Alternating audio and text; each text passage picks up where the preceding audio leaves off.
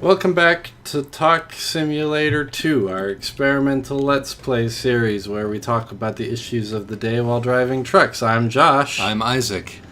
And we had two videos we wanted to do this week, and we didn't get to do either of them. We did zero videos. Well, we did a video, but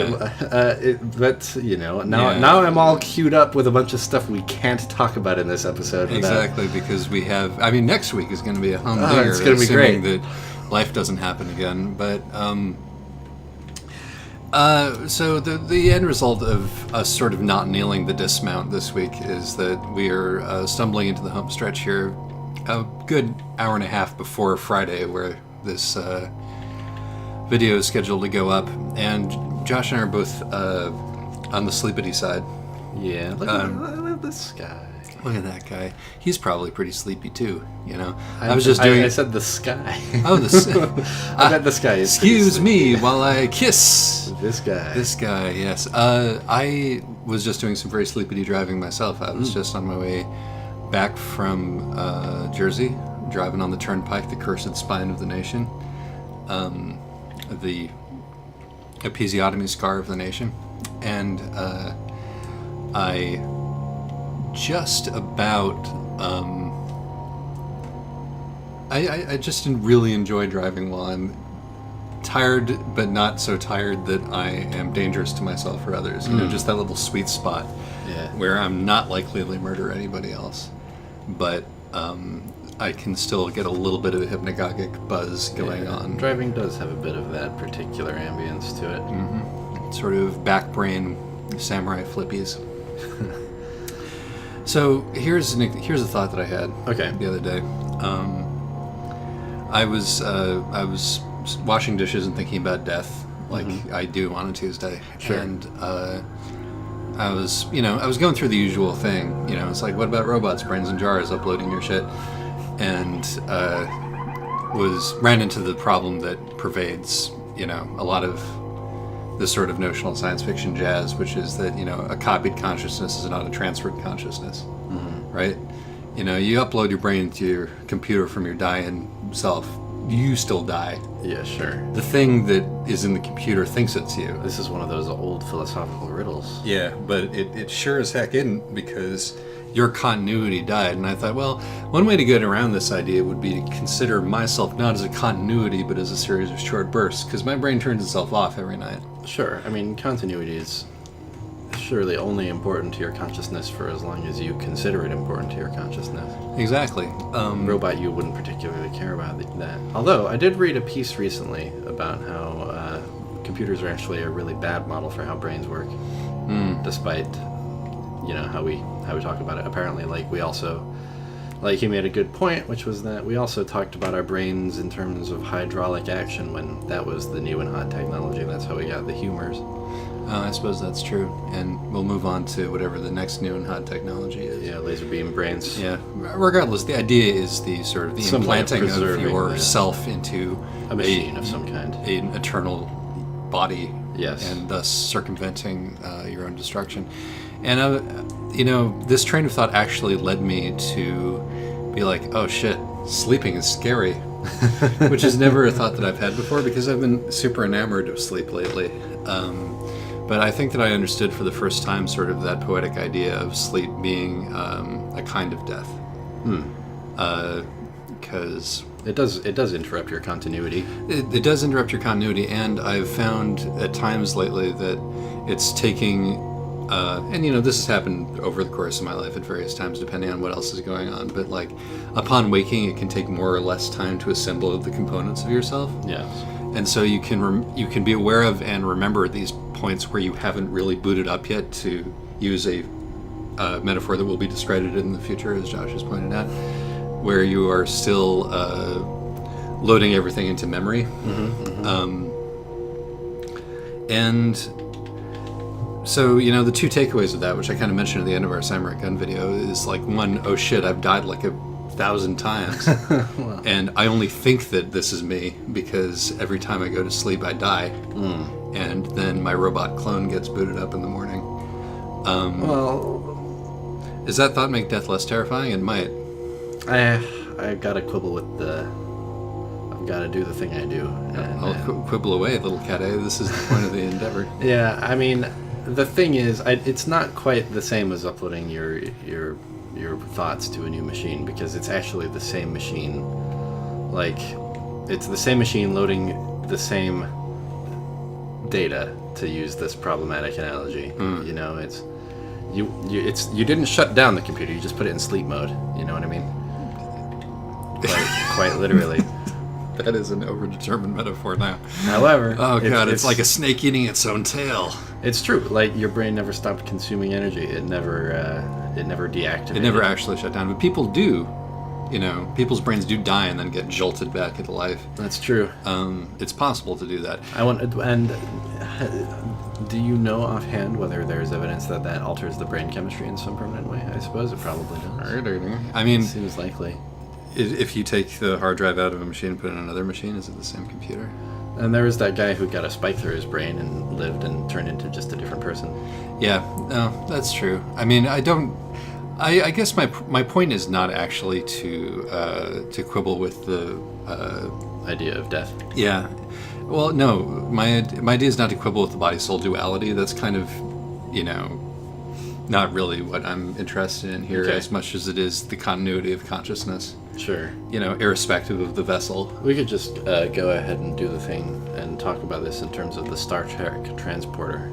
Yeah, you're getting ripped into tiny little atoms and then reassembled elsewhere out of other atoms. Yeah, there's nothing of you left. Or is that it? Like, the thing about it, here's the deliciously murky thing about the Star Trek transporter, is that it works differently in different episodes depending on what that particular plot needs. Fucking Lieutenant Barclay was aware, he was conscious throughout the entire transporting process and saw worms swimming around. Terrible. Yeah, but like you're just. But it's portrayed as him just being completely whole in a place that built out of the transporter particle effect. You're being shunted into subspace. You're just warping, basically, in that iteration of the idea. Well, I'm sorry that Star Trek isn't very consistent about it, and you don't get that scene which horrified me as a child from one of the original Trek movies where somebody doesn't make it all the way. They just did that for no reason. That was in the motion picture. Yeah, God, that was terrifying. Yeah. But then there's also stuff like Riker being cloned into Tom Riker, the more desperate version of himself. Well, I mean, which suggests that it's not the same bunch of matter, right? Because new matter appeared in... I can't believe that you took my discussion. whether sleep is a kind of death, and turned it into one about the two Rikers. Let's try this again. How the heck could sleep be a kind of death? Oh, look, right? Mm-hmm. Since I'm aware that there are moments after I wake up where I'm not fully myself because my memories aren't in place. Are you not yourself when you're disoriented? Well, that's another question. I read an article on Tumblr today, which was about a woman who has no. God, what are the two terms for this? So there are two different kinds of memory, right? There's the memory that lets you figure out how to, that lets you speak the language that you speak and tells you how to do tasks. Yeah. And walk and stuff. And apparently function as an adult human being, it seems. And then there's the memory that lets you remember specific things that happened to you. And this article is about this woman who just doesn't have any of that first kind of memory. But this doesn't actually prevent her from living her life. So how does this affect her personality? She's apparently very cheerful. Interesting. Because she has no nostalgia. She apparently has little to no creative ability. It's just, and the brain has the rest of the brain has picked up the slack in some way in terms of language? Or? Well, that's the thing. This is something that you see in amnesia patients as well. This seems to be two completely separate processes. She learns things, forgets having learned them, but knows them. Interesting. Right? The part of your brain that is getting stored knowledge for purpose or for a given thing is completely separate from the part of your brain that like remembers cinematically things that happened to you. Yeah. I'm sorry. I just got it backwards. I thought you told me Right. that she was missing the part of her brain that learns things. No. She the part of her brain that learns things is completely intact. Just the part of her brain that lets her remember anything that happened to her circumstances and anecdotes. Okay. is gone. So like she doesn't like know about her family or. I mean, like she recognizes them because Okay. like that's another That's yet something another she's learned. part of the brain. Interesting. And it's like this didn't impair her to the point where she doesn't seem unusual. She seems like a normal person. Like she was well into her life before she realized that other people weren't also like this. She thought that people were kind of just making things up when they talked about remembering things. Fascinating. It's a side note. Yeah. This isn't entirely related to the point about death and sleep, but Yeah. I also read about a guy who can't picture things in his head.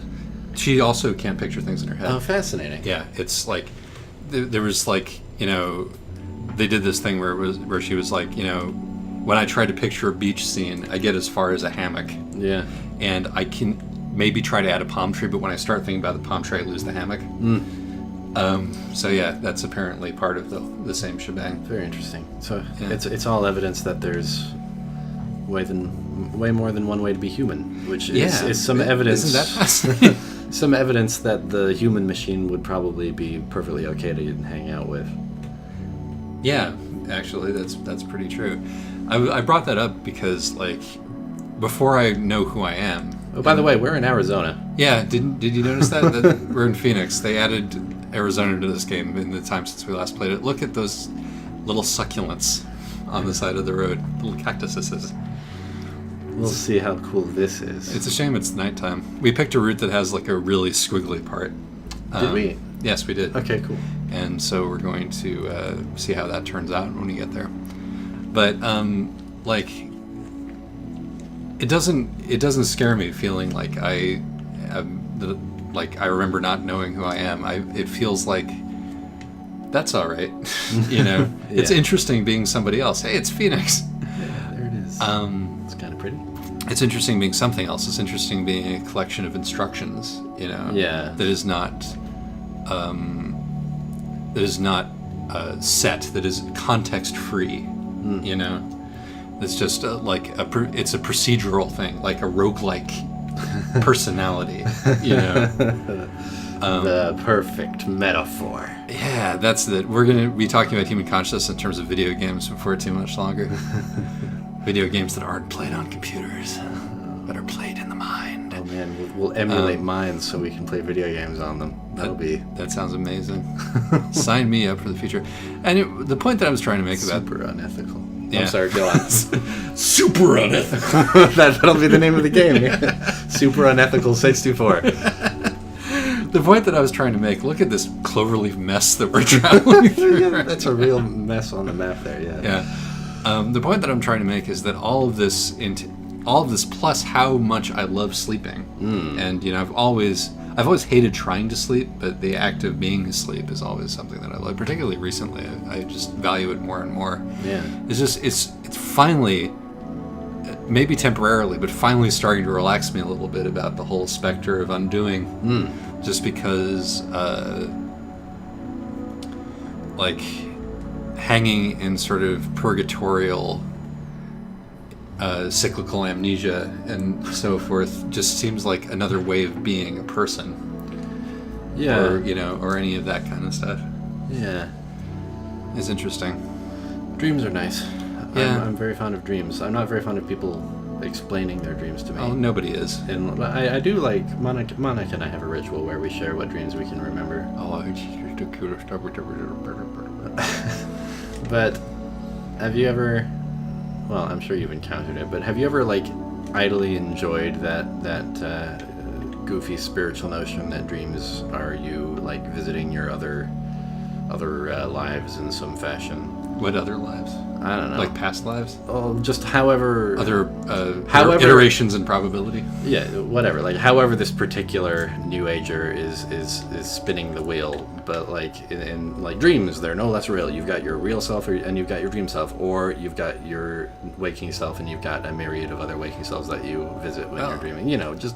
No, I don't think I've ever actually come across that. Oh, interesting. And part of that is because I grew up with a mother. Well, actually, both of my parents were very into Jung and the interpretation of dreams. They had a quote unquote much more scientific view of dreams than.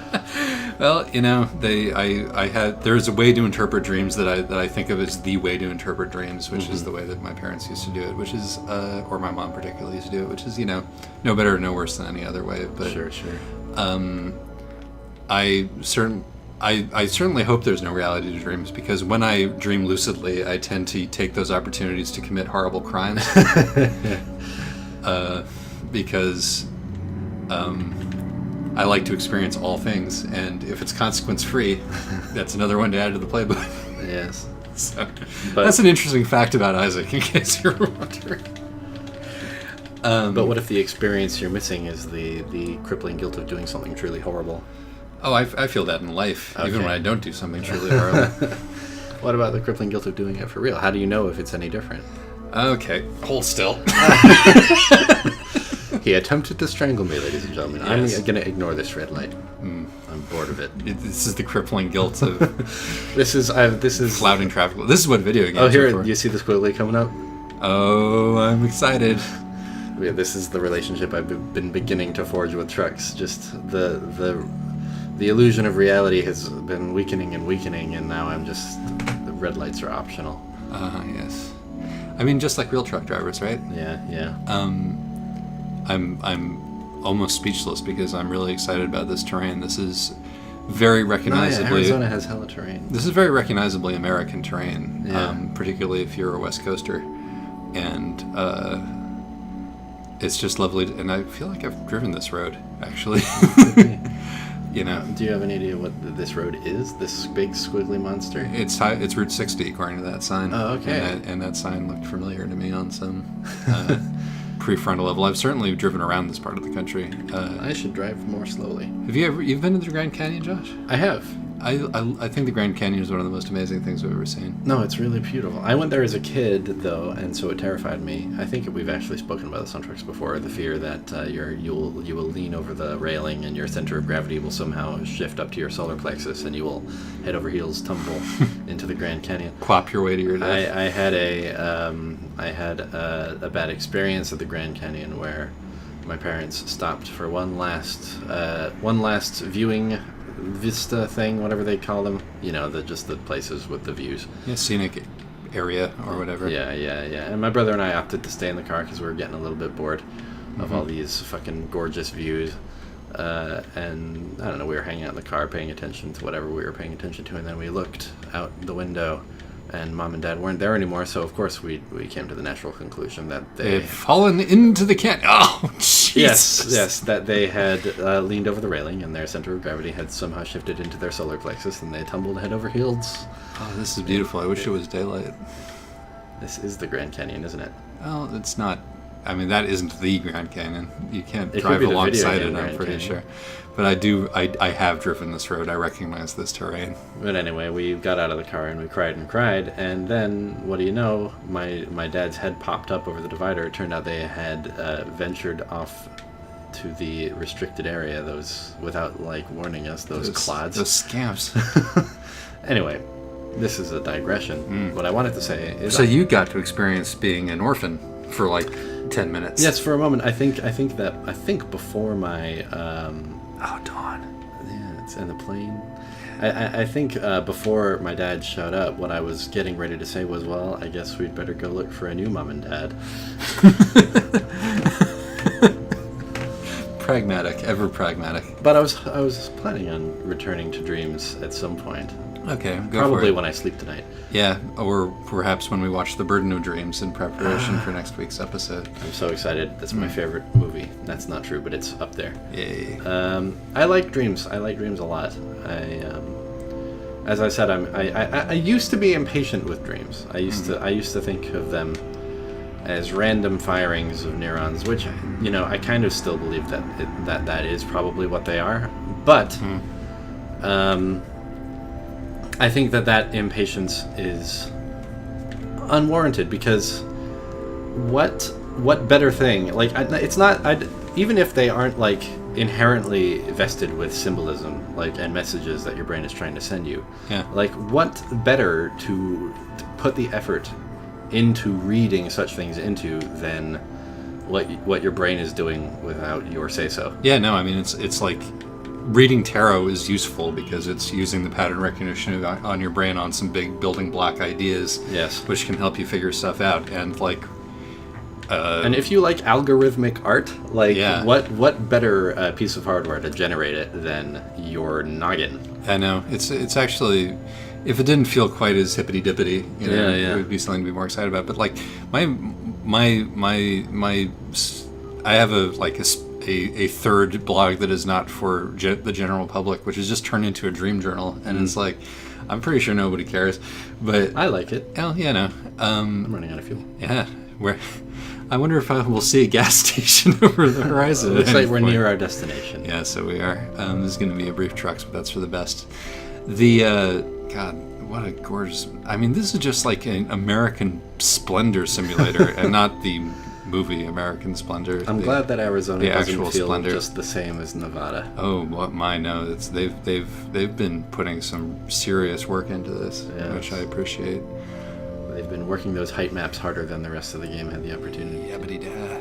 Look at that little cute building.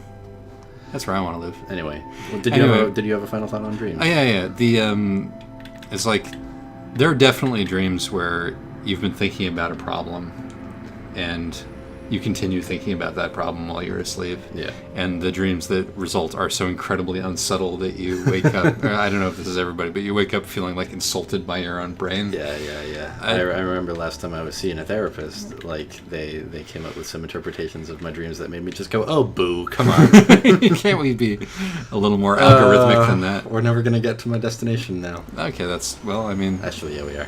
yeah, there we go. Good job. Crashed vehicle offense, whatever. You barely scraped against that fucker. Sholo. Sholo. We're in the part of America with the great names of towns. Yeah. This is practically Coconino County right here. Exactly the part of America that was colonized by desperate weirdos. So the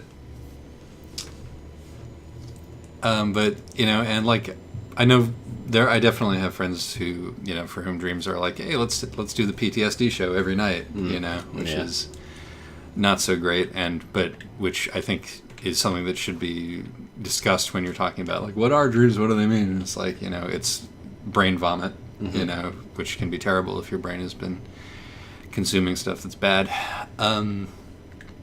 But for me, basically, like the best thing that dreams do is that they give you a little snatch of things that are lodged in the back of your brain that you can't experience anymore for whatever reason, or that you rarely have the opportunity to experience. And so it's just like, at their best, dreams are like little mixtapes of the greatest hits of your. Why would I attach the trailer? Well, Let's do it. what is happening? Oh, I'm not in the place? Did you detach your trailer instead of parking? Well, it's clearly where it has to be. Yeah. Yeah, so Dreams, Pandora Station. There we go. Oh, we did it. Good work. That's probably for the best that we're stopping now. All right, everybody. More. Thanks for listening to the trucks where we were sleepy and so talked about sleep the whole time. More considered content on the way next week, ideally. Goodbye. Bye.